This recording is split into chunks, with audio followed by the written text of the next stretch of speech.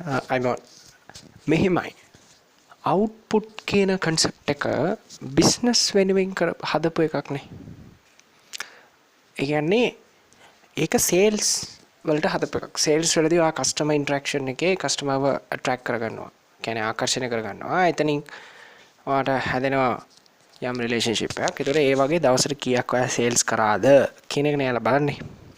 ඒක business concept එකක්. ඒ කියන්නේ බයින් ඇන්ඩ් සෙලින් බිස්නස් කන්සෙප්ට් එකක්.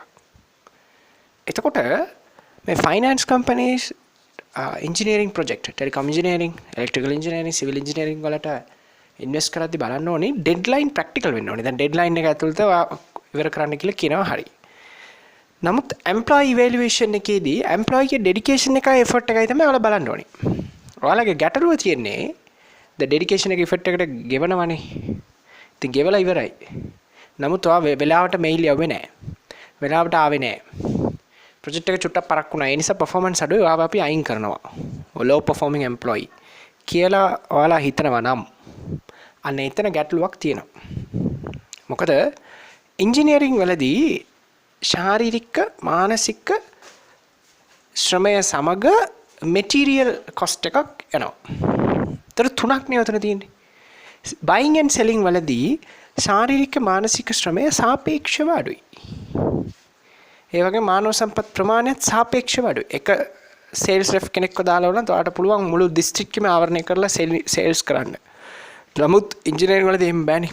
එකවරකට එක කෙනෙක්ව අපි ඉම්ප්ලිමන්ට් කරාම එක කෙනෙක්ව අපි වැඩට යෙදෙව්වම තව වැඩවලට වෙන වෙන අයව මේ ප්ලේස් කරන්න වෙනවා. මොකද අර ශාරීරික ශ්‍රමය එහෙම වැඩ කරන්නේ නැහැ. දැන් ලේබර් කෙනෙක්ව ගත්තත් අපි කියමුකෝ නිකන් normal concrete කණුවක් උස්සන්න ඕනේ නම් ඒකට 4 දෙනෙක් ඕනේ නම් 5 දෙනෙක් ඕනේ නම් බර වැඩි නම් දැන් උදාහරණයක් වශයෙන් අපි කඳුකර ප්‍රදේශයකද මධ්‍යම කඳුකරයක වගේ අපි කණුවක් උස්සන් යනවා කන්දක උඩ තේවත්තක කියලා කියනවනම් ඒතර 5 දෙනෙක් විතර ඕනේ.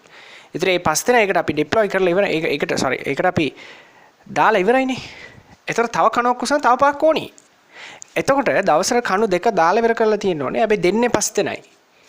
කියලා හිතනවා නම් නැත්නම් කණු 10ක් දාලා තියෙන්න ඕනේ. ඒතකොට 10ක් නා අඩුම ගානේ 50ක් ඕනේ මිනිස්සු. ඒ 10ම එකම වෙලාවෙ දාලා ඉවර කරන්න. මොකද මෙහි තියෙන ක්ලයිමේට් එකත් එක්ක සමහරවිට හැන්දෑවට මේ වැස්ස වහිනවා, ගම් වතුර ගලනවා, ලිස්සනවා, එහෙම ඉෂුස් තියෙනවා. ඒතකොට ඒවත් එක්ක යාළගේ ශාරීරික මේ එනර්ජි වැඩ කරන ප්‍රමාණය හැන්දෑව 3-4 වෙනිදාදී පොඩ්ඩක් අඩු වෙනවා. ඊට පස්සේ මේ දැන් අපිට 50ක් නැතත් අඩුම 30ක්වත් ඕනි. මේක උස්සලා හැන්දෑවරුවේ කාලා 12ට කාලා 1ට කාලා වගේ 1 2 3 4 ඇතුළත ඒ වැඩේ කරගන්න තව ඕනි කට්ටිය. ඒතර ඒක දාන්න බෑ කියලා නම්බර්ස් වල ඩිසිෂන් ගන්නවා නම් ඒක හරියට බයින් ඇන්ඩ් සෙලින් බිස්නස් වලට කොස්ට් කීයද සේල්ස් කීයද හරි සේල්ස් රෙෆ්ලා කීයද ඒක රෙෆ්ලාගේ ගානේ බෙදුවා ඒකේ per person සේල්ස් කොච්චරද එහෙම බලනවා. දැන් මේවා එහෙම බෑ. මොකද මේක බයොලොජිකල් පොයින්ට් එකක්. ඒක කියන්නේ බයොලොජිකලි මේ මිනිස්සු වැඩ කරන්න එපා. ඒ ශරීරය මේ මිනිස්සුන්ට වැඩ කරන්න ඔරොත්තු දෙන්න එපා. දැන් සමහර දවස්වල තියෙනවා වැස්සේ තිබුණාම දැන් ආයේ වැඩ කරනකොට අමාරුයි. ඒ ඇඟ වැඩ කරන්නේ නැහැ. මැෂින්ස් නෙවෙයිනේ. අනේ දැන් සේල්ස් වලදී මේ ඉෂුව එකක් නැහනේ. ඔයාට කතා කරන්න තියෙන්නේ කස්ටමර් එක්ක ටෝකින් තමයි තියෙන්නේ. කස්ටමර් එක්ක කන උස්සන්න නැහනේ. එතකොට අර තියරි එක මේකට දාන්න බෑ. එතකොට ගොඩාක් MBA ඉවර කරලා එන CEO ඩිරෙක්ටර් බෝඩ් එකේ ඉන්න අය හිතන්නේ අර ක්‍රමයට බෙල් කර්ව් අර MBA concepts ඒකේදී ගොඩාක්ම අපි සංඛ්‍යා ලේඛනත් එක්කන වැඩ කරන්නේ. එහෙම බෑ මේකේ. මේක බයොලොජි මෙඩිසින් ඉගෙනගෙන එන්න. ඉන්ජිනියරින් වල ඩිරෙක්ටර් CEO පොසිෂන් එකට එනවා නම් මෙඩිසින් ඉගෙනගෙන එන්න ඕනි. නැතුව බෑ. මොකද මෙඩිකල් පාර්ට් එකක් තියෙනවා. ඒ මනුෂ්‍යයාගේ බයොලොජිකලි වෙනස් වෙන එකක් තියෙනවා. මානසික මොකද මානසික වෑයම වැඩි. ඒතර එනර්ජි එක ගිහිල්ලා ඉවරයි. ශාරීරික වෑයම වැඩි. එනර්ජි එකත් ගිහිල්ලා ඉවරයි. එතකොට බයොලොජිකල් පොයින්ට් එකක් තියෙනවා. ඒකත් එක්ක තමයි අපි හිතන්න වෙන්නේ. නැතුව කරන්න බෑ. දැන් මෙහෙමනේ දැන් මා විසින් කියන මේ පොයින්ට් එක එහෙම නෑ කියලා ප්‍රතිතර්ක ගේන්න පුළුවන්. එහෙමනේ ignorance use කරන්න පුළුවන්. නමුත් in reality medicine matters. තේරෙනවද මං කියන එක? ඒ මිනිස්සුගේ ශරීරයේ ඒ ගන්න ප්‍රමාණයට වඩා චුට්ටක් අඩු කරලා ගන්න ඕනේ අපි. එතකොට තමයි ඒ දිගට මේ මිනිස්සු දුවන්නේ. ඒ ලේබරර් වෙන්න පුළුවන්, ස්ටාෆ් වෙන්නත් පුළුවන්. මොකද ස්ටාෆ් ලගෙත් මම දන්නවා සමහර අය ආයුර්වේද බෙහෙත් ශාලාවට යනවා මේ තමන්ගේ අර මිග්‍රේන් එක වැඩි කියලා වැඩ කරනකොට. නෑ මං කියන්නේ මේ ඉෂුව එක හැම මේ ලොකු කැපිටල් ලෙවල් එකේ වැඩ කරන කම්පනීස් ඒවයේ වර්ක්ලෝඩ් තියෙන හැමෝටම මේක තියෙන්න පුළුවන්. නමුත් ඉන්ජිනියරින් වලදී වෙලා තියෙන හැමදේම වැඩිනේ. වර්ක්ලෝඩ් එකත් වැඩි. ඔයාගේ ශාරීරික ශ්‍රමෙත් වැඩි, මානසික ශ්‍රමෙත් වැඩි, ප්‍රෙෂර් එකත් වැඩි, හැමදේම වැඩිනේ. එහෙම කරන්න බෑ. ඒ කියන්නේ වැඩි වෙන එක ප්‍රශ්න නෑ. ඒක 160 170 වගේ දුවන්න ඕනේ ඒක. අර තරාදිය ඕනට වඩා බර කරන්න බෑ. සේල්ස් වලදී පුළුවන්. දැන් එක දවසට 100ක්, එක දවසට 500ක්. එහෙම සේල්ස් කරන්න පුළුවන්. මොකද දාන වේගයට වඩා එද්දි එකපාරට එනවනේ. දැන් අපි 500ක් කෑලි දැම්මනම් දෙයකට චෙක් එකක් ගන්නකොට මාසයකින් චෙක් එකක් ගන්නකොට 500ම කඩවල් 4ක එකවර ගත්තොත් පටස් කාලා එනවා. ඒතර ඉක්මන අවුට්පුට් අඩු වෙලාවක අවුට්පුට් එක ආවා කියලා කේක් එකක් කපලා නේ. බෝඩ් රූම් එකේ කේක් එකක් කපලා සමරන්න පුළුවන්. සමරලා කියන්න පුළුවන් යා we have achieved the target and without we have a successful team without this team we can't do anything කියලා කතන්දර දෙන්න පුළුවන්. නමුත් ඉන්ජිනියරින් කියන්නේ එහෙම නෙවෙයි. මහ පොළොවත් එක්ක හැප්පෙන්න බෑ. අන්න එතනදී මං හිතන්නේ නෙවෙයි සත්‍ය ඒකයි. එතනදී අපිට අර බයොලොජිකල් ක්ලොක් එක එහෙම නැත්නම් අර බයොලොජිකල් සහ එන්වයරන්මන්ටල් ෆැක්ටර්ස් වලින් එහාට යන්න බෑ. මොකද දෙකම නැචරල්. ඒක අපිට අන්නැචරල් ලෙවල් එකකින් ගේන්න බෑ.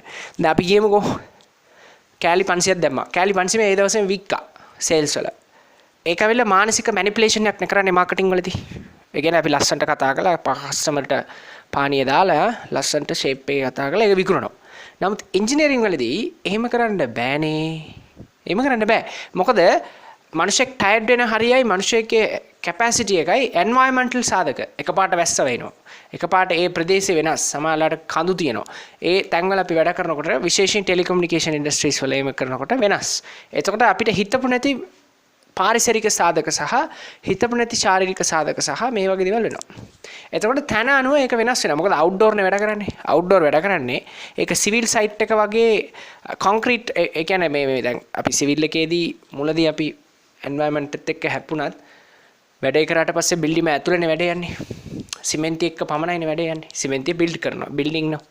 නමුත් මේක එහෙම නෙවෙයිනේ. මේක එන්වයරන්මන්ටල් සාධකයක්දී ඒක ලොකු පරාසයක්. එහෙම එකක් තියෙනවා. එතකොට මම කියන්නේ ඉන්ජිනියරින් කියද්දිම මට තේරෙනවා ෆයිනෑන්ෂියල් ප්‍රින්සිපල් එක තමයි අපි සල්ලි ඉන්වෙස්ට් කරන්නේ. ඒකේ ප්‍රොෆිට් එක තීරණය කරන්නේත් ෆයිනෑන්ෂියල් ප්‍රින්සිපල්ස් අනුව. ඒ කියන්නේ ඒක තමයි ඔය MBA වල උගන්වන්නේ. නමුත් ඒ ක්‍රමයට බෑ මේක කරන්න.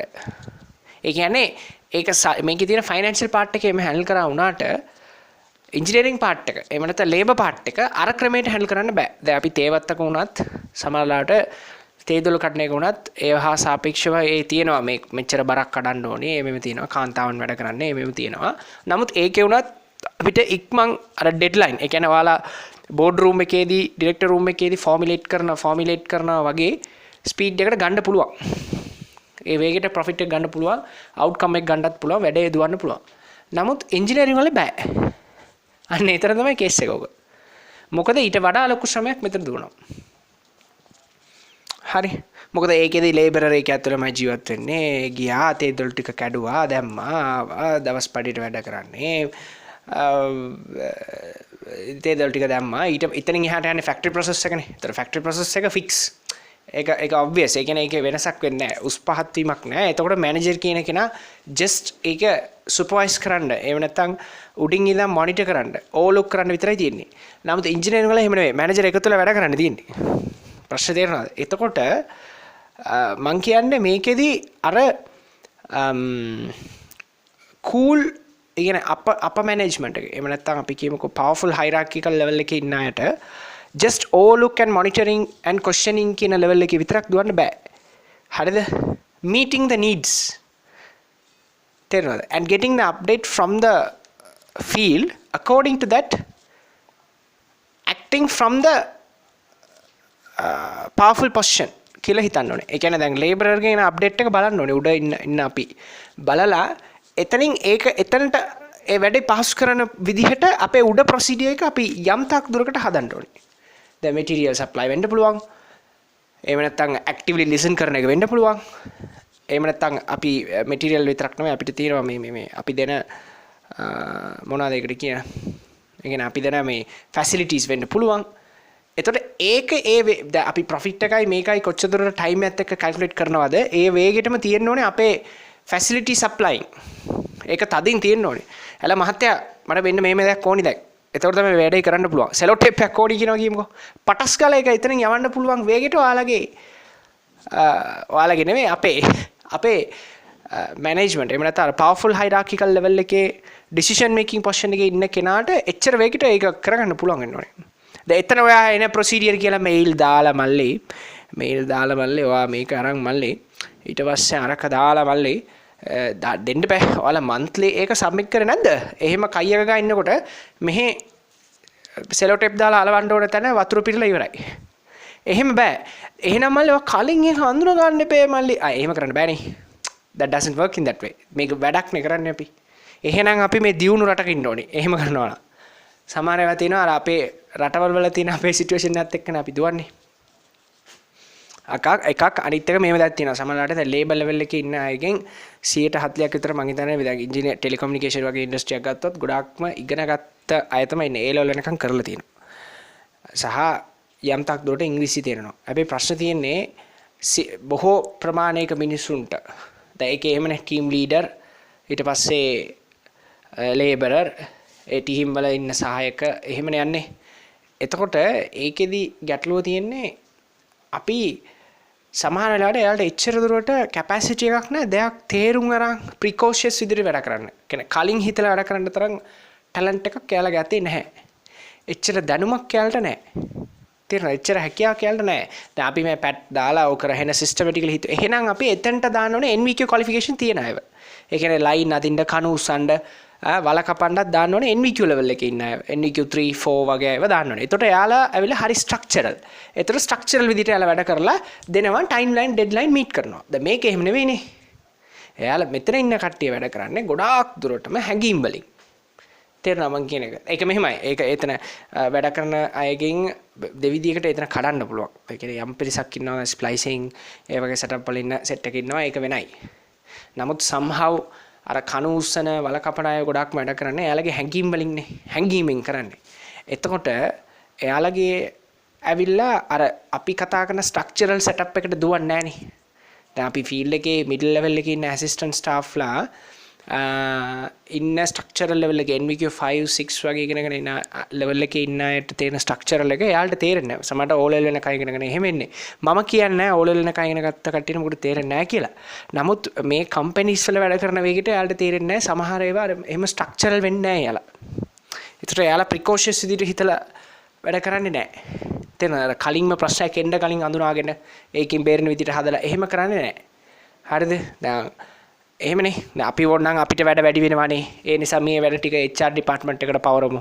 ඒ වැඩ ටික මෙයාලට පවරමු කියලා අපි ප්‍රිකෝෂස් වුණාට එයාලට එහෙම කරන්න වෙන්නේ නැහනේ. රයිට්. එතකොට එහෙම කරන්න වෙන්නේ නැහැ. හරිද? ඒ නිසා එයාලට ඒ කියන්නේ එහෙනම් අපි එතනට දාන්න ඕනේ NVQ level එකේ අයව. එහෙම නැත්නම් එතන ස්පෙෂල් මෙන්ටරින් එකක් දීලා තමයි එතන දාන්න වෙන්නේ. දැන් ඒක කියන්න එපා. දැන් මෙහෙමනේ. ඒක බලන්නනේ අපි මිඩල් ලෙවල් ස්ටාෆ්ලා අරන් ඉන්නේ NVQ 5 6 අය ඉන්නේ. එහෙම බෑ. NVQ 5 6 අයට හැන්ඩල් කරන්න පුළුවන් NVQ 3 4 සෙට් එක. මිසක් ඒ NVQ එකක් නැති කෙනෙක්ව හැන්ඩල් කරන්න බෑනේ. මොකද එයාගේ රිදම් එක වෙනයි අපේ රිදම්. ඒ කියන්නේ අපි ඉල්ලන්නේ එක්ස්ට්‍රීම් ඉම්පොසිබල් ටයිම්ලයින් එකත් අපි පොසිබල් කරන ලෙවල් එකටනේ අපි හිතන්නේ. ඒ ලෙවල් එකට එයාලව ගන්න බෑ. ඒක සාර්ථක වෙන්නේ නැහැ. හරිද?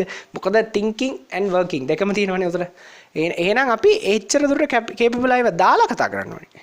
capable නැති කෙනාව දාලා යාළගෙන් එච්චර දුරට වේගෙන් ගණනලා ගන්න කිව්වම බෑ. ඒක සාර්ථක නැහැ. මොකද අර ඒක එච්චර දුරට සාර්ථක නැහැ. ඒක තමයි මම කිව්වේ. දියුණු රටවල් වල කරන්නේ NVQ 3 4 5 6 සෙට් එකක් දානවා ලේබල් ලෙවල් එකට. එතකොට ඩිප්ලෝමා ලෙවල් එකේ ඉන්න අයව දානවා අතන්ට. තේරෙනවද මම කියන එක? ඩිප්ලෝමා ඉන් ඉන්ජිනියරින් ලෙවල් එකේ ඉන්න කට්ටියව නැත්නම් සර්ටිෆිකේට් ලෙවල් ඉන්ජිනියරින් කට්ටියව දානවා ලේබල් ලෙවල් එකට. එතකොට ලේබල් ලෙවල් එකට දාපුවම ඒ ලේබර්නේ වැඩ කරන්නේ. ඒතර ඒ ලේබර්ගේ ස්ට්‍රෙන්ත් එකට ඒක වැඩේ දුවනවා.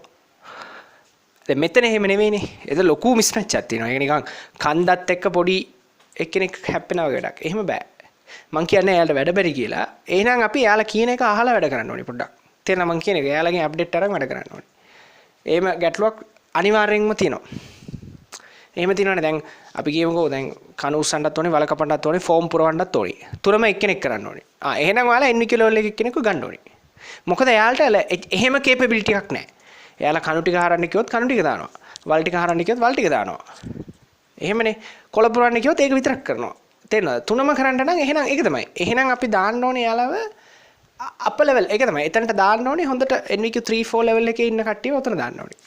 A level බලලා තමයි ගන්න ඕනේ. අපි A level result බලලා තමයි උතන දාන්න ඕනේ නේද? අපි එහෙම නෙවෙයිනේ. සමහර අය ඉන්නවා අකුරුත් ලියන්න බැරි ඉන්නවා. හරිද? එතකොට එයාලගෙන් අපි අරම කැපැසිටි එක බලාපොරොත්තු වෙක වැරදිනේ. එයාලට එහෙම වැඩක් දීලා එයාලා ඒක කරලා එයාලා ප්‍රෙෂර් කරලා වැඩ ගන්න බනින්න කියලත් සමහර ඩිරෙක්ටර් බෝඩ් එකකින් මේ මිඩල් ලෙවල් ස්ටාෆ් සුපර්විෂන් ස්ටාෆ් එකට ඉන්ස්ට්‍රක්ෂන්ස් එනවා. එහෙම බනින්න බෑනේ. මොකද අපිට සංස්කෘතියක් තියෙනවානේ. සමහරවල්ලාට යං බොයිස්ලා ඉන්නේ මිඩල් ලෙවල් ස්ටාෆ් එකේ. එතකොට ගොඩ වයසකට ගිහිල්ලා අපි වගේ දරුවෝ ඉන්න ලෙවල් එකේ ඉන්න තාත්තලා ලෙවල් එකේ ඉන්න අයත් ඉන්නවා. එතකොට එයාලගෙන් අපි ඇඟවල් මරවලා ගහලා වැඩ අරන් තව මේකත් පුරවන්න කියලා ප්‍රෙෂර් කරන එකේ තේරුමක් නැහනේ. ඒක අසාධාරණයි එහෙනම්. එහෙම නැත්නම් අපි යාලට ඒකට වෙනම ට්‍රේනින් එකක් දීලා මෙන්ටර් කරලා ගන්න ඕනේ කොළ පුරවන්න විතරක්. ඒ කියන්නේ ඩොකියුමන්ටේෂන් පාර්ට් එක. එහෙම නැත්නම් ඒ ඩොකියුමන්ටේෂන් පාර්ට් එක මිඩල් ලෙවල් ස්ටාෆ් එකට කරන්න ප්‍රොසීඩියර් එක වෙනස් කරන්න ඕනේ. අපි ඒක කරන්නෙත් නැහැ. අරක කරන්නෙත් නැහැ. එතකොට අතන ඉර වෙනවා සයිට් එකේදී. මොකද පැහැදිලි වෙනසක් තියෙනවා. දැන් එහෙනම් අපිට පුළුවන් මේ හැමතැනටම normal NVQ 4 3 වගේම හැමතැනටම දාලා දාන්න. එහෙම බෑ. අනේ ඒ නිසා තමයි මේ ගැටලුව වෙන්නේ. අර ඉඩලන වේගයට කරනවා නම් ඒක තමයි දියුණු රටවල් වලගේ හැමෝම ඩිප්ලෝමා සර්ටිෆිකේට් ලෙවල් සෙට් එකම උතන්ට දාන්න ඕනේ. ලේබල් ලෙවල් එක වෙනකම්ම.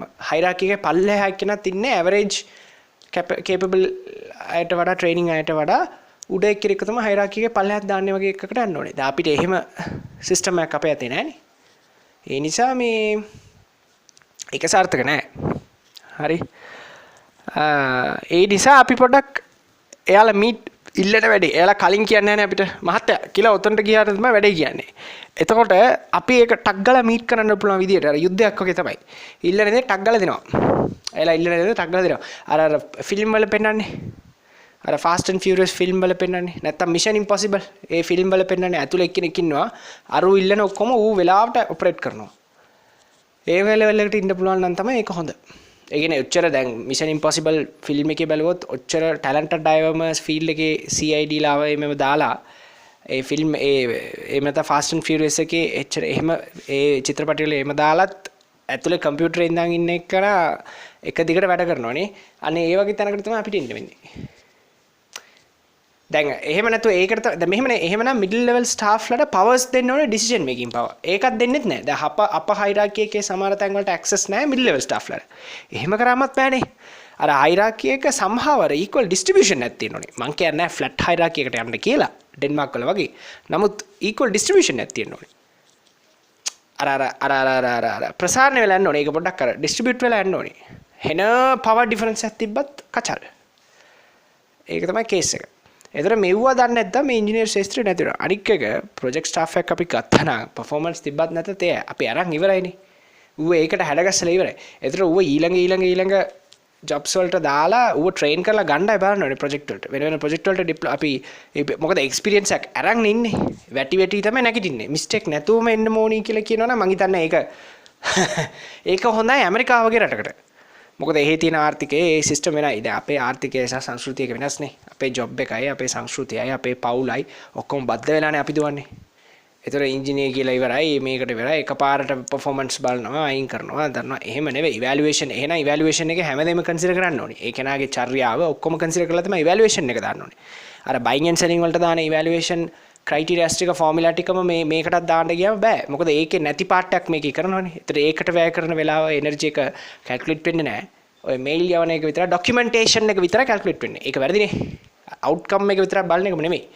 ඒ වැඩේ කරන එක අපි එන්ජොයි කරන්න ඕනේ ඉස්සෙල්ලා. එහෙම දෙයක් තියෙනවා. බොහොම ස්තුතියි. මම හිතන්නේ මේමය මං කියපේක යම් අවුලක් තියෙනවා නම් යම් ඇග්‍රී නොවෙන්න පුළුවන් තැනක් තියෙනවා නම් මං කියන්නේ ඩිරෙක්ට්ලි එන්න. මොකද දැනටමත් බොහෝ රටවල් වල ඉංග්‍රීසි භාෂාවෙන් මේවා ගැන කතා කරන්න පෙළඹිලා තිනවා ඕපන්ලි. අපි විතරයි කතා කරන්නේ නැත්තේ. ඒ නිසා මං හිතන්නේ මේකට මේ ටෙක්නිකල් ඇනලිසිස් එකක් ටෙක්නිකල් උත්තරයක්. දැන් මගේ කතාව ටර්මිනේට් කරනවා වගේ උත්තරයක් නැතුව ටෙක්නිකල් උත්තරයක්. ඒ වුණාට ප්‍රායෝගික උත්තරයක් මේකට දෙන්න පුළුවන් මට්ටමට එනවා නම් හොඳයි. ඒක තමයි මම නම් කියන්නේ. බොහොම ස්තුතියි. සබ්ස්ක්‍රයිබ් කරන්න, ලයික් කරන්න, ෂෙයා කරන්න, ඉගෙන ගන්න. මේ පොඩ්ඩක් කර ප්‍රායෝගිකව සහ දැනුම මට්ටමින් ජීව විද්‍යාත්මකව මේක බලන්න. බොහොම ස්තුතියි.